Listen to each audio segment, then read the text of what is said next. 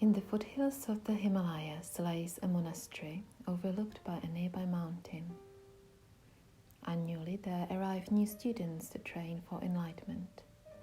The training consists of labors such as scrubbing the floor or sweeping the yard, alongside hours of contemplation. The greatest task presented to the students is to climb the mountain once every 3 months. The mountain would take 8 hours to ascend and further 6 hours to descend. Eagerly all the monks stand at the bottom of the mountain looking up to the distant peak with their food and water supplies for the next 2 days. And when told that the whole monastery set off up the mountain, one new student set off at a pace and was led through the pathway up and up the mountain. His stamina was great, and his eagerness transferred into the energy of the effort put into the task. Soon he was far ahead of the rest of the school, and lost sight of the others far behind.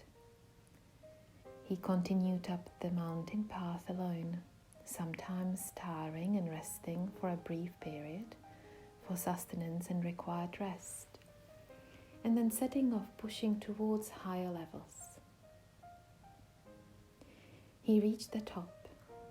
The sight was wonderful to behold, as the tiny villages and fields below rolled like waves towards the golden sandy shore.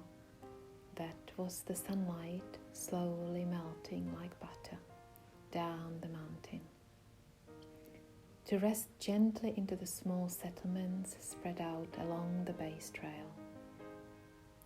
He could see some small groups of other monks below further down the mountain, and he decided he would wait until some of the others would arrive and then prove he had been the first to reach the summit. So he lay back and waited and waited. After what seemed like hours long enough, he decided to make his way down, or he would not get down the mountain before dark. As he made his way down, he never saw any of the other monks still journeying up towards the peak. As the shadow of the mountain grew long across the monastery, the student reached the gates. The master was standing watching out at his arrival. "You are the last one to return." "Sorry, masters," the student replied. "Your effort today has done you credit. Do not be sorry. Learn from your experiences and use them to teach you." As the master turned to leave, the student asked him, "Master, why did none of the others try to reach the top of the mountain?" The master replied, "Once I too used to climb to the top of the mountain. Now, through the years, I have become infirm and cannot climb the mountain any longer."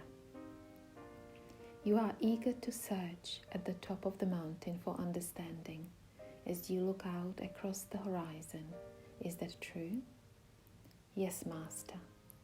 But in your haste to get to the top, have you noticed the tree halfway up with the circle of stones at the bottom? No, master.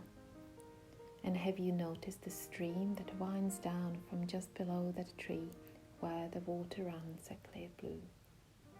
No, master. And have you noticed the golden flowers that smell so sweet and you can hear the birds singing overhead? No, master.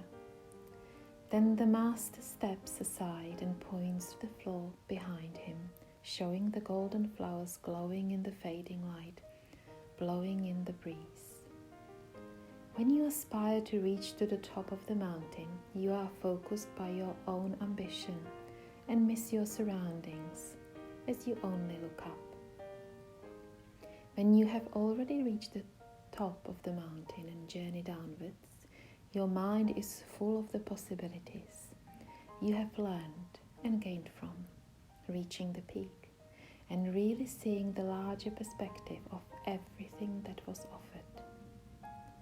Sometimes it can just take a little more time to notice the things that lie around you, that grows beside you, that flows beneath you, And when you notice how much there truly is to see and to learn around you in any given moment, then you will not need to strive to reach the top of the mountain.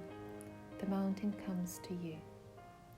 The task is not to get to the top of the mountain, but to be content with getting as far as you can. Now go and rest.